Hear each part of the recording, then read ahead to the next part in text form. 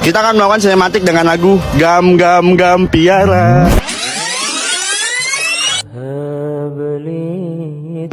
Manfaatkan 5 perkara sebelum 5 perkara.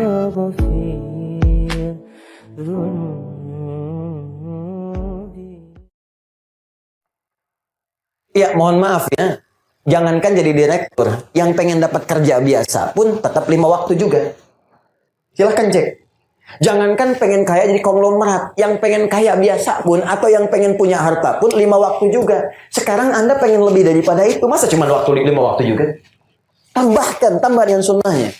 Ya bunayya aqimis salata wa'mur bil ma'ruf wanha 'anil munkari wasbir 'ala ma asabak inna dzalika min azmil umur.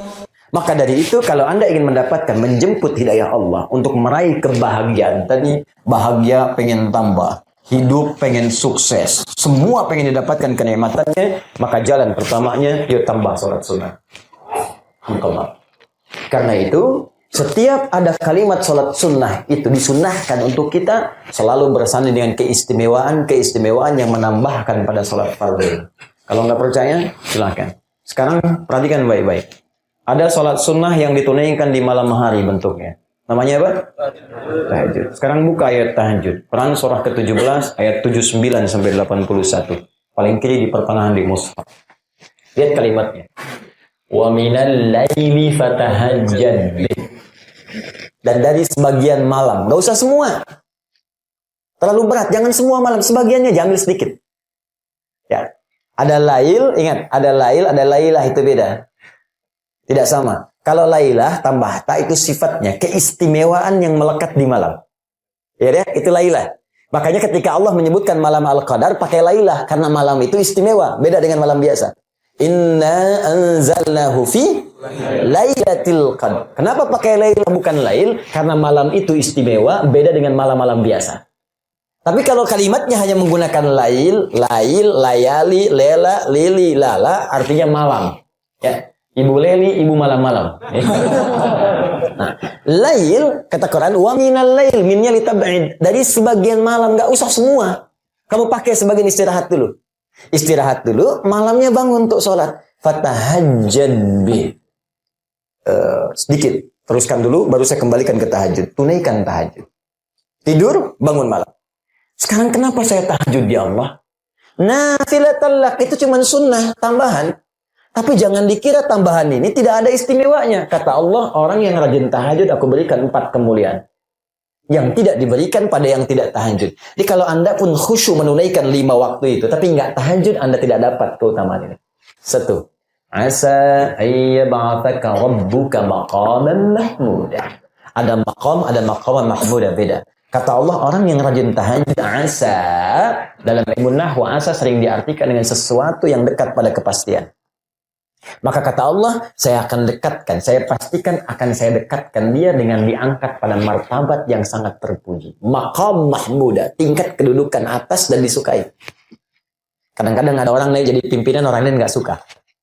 Ada orang naik jadi bos, orang lain nggak suka. Tapi ini beda, begitu dia naik, orang paham semua, pantas dia naik, memang bagus dia. Maqam mahmuda. 2. Waqur rabbi adkhilni mudkhalas. Dan katakan saat tahajud minta. Orang yang rajin tahajud, kata Allah, aku akan bimbing cara dia mengawali pekerjaannya. Di setiap dia beraktivitas dibimbing oleh Allah. Sehingga apa yang dia lalui selalu baik. Mau bekerja, tiba-tiba mudah, nggak perlu nyogok, nggak perlu keluar macam-macam dan sebagainya. Jalan aja. Saya pernah ajarkan ini pada salah satu pejabat. Saya diundang keluarganya untuk, ini saya ajarkan. Demi Allah saya katakan, saya nggak perlu sebutkan namanya. Dia masuk, seorang pejabat besar, kaya, luar biasa, rajin tahajud. Rajin sedekah, rajin macam-macam. Dia amalkan ayat itu. Setiap karirnya naik, nggak pernah dia macam-macam. Nggak pernah nyogok, nggak pernah ini itu. Naik aja seketika ada orang paham semua. Orang pintar, orang bagus, orang ini. Tahajud. Wa akhrijni mukhrajas sidqin. Dan kalau punya kesulitan, kata Allah, aku akan bantu dia menemukan jalan keluar yang terbaik. Diberikan jalan keluar, enak gitu. Tiba-tiba macet. Begitu mau masuk ke macetan, ada orang datang. Pak, jangan lewat sini macet. Kok bisa datangnya ke orang itu, bukan pada yang lain? Terakhir, waj'alni min ladunka sultanan nasira. Dan aku tolong dia dibimbing oleh Allah ketika ada yang akan mengusilinya dalam hidup. Langsung Allah jadi pelindungnya dalam kehidupan. Makanya Nabi yang sering tahajud ketika dibebaskan dari kepungan 100 pemuda pasukan khusus ketika akan hijrah. Itu kan dikepung tuh. Ya, dikepung. Apakah Anda tahu orang mengatakan lalat masuk pun ketahuan. Tiba-tiba diselamatkan oleh Allah dengan kalimat-kalimat yang indah. Salah satunya pengaruh dari ayat dan kebiasaan. Tahajud. Makanya banyak orang mengejar tahajud. Silakan Anda cek. Demi Allah saya katakannya, buka kitabnya Al-Imam An-Nawawi, namanya At-Tibyan. Jadi, beliau sebelum mengarang Al-Arba'in 42 hadis. Riyadhus Shalihin 1896 hadis. Nanti ada Syarah Muslim 9 jilid. Sebelum itu kitab pertamanya At-Tibyan fi Adab Hamalatil Quran. Di situ beliau menjelaskan kebiasaan para sahabat yang ahli Quran, bahkan ada yang pedagang, pebisnis, pengusaha, dosen, macam-macam disebutkan di situ. Tapi kebiasaan mereka hampir seluruhnya tidak pernah meninggalkan tahajud. Bahkan disebutkan oleh beliau, maaf, Utsman bin Affan, Abdurrahman bin Auf, Tamim Ad-Dari, tiap malam tahajudnya sampai khatam Al-Quran.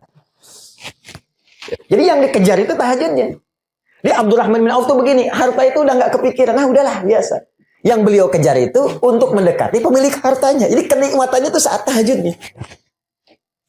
Saking nggak ada nilainya lagi.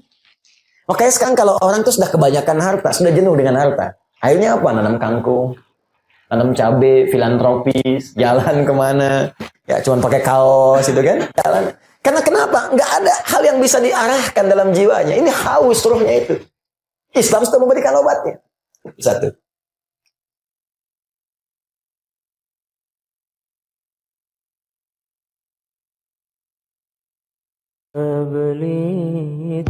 Manfaatkan 5 perkara sebelum 5 perkara.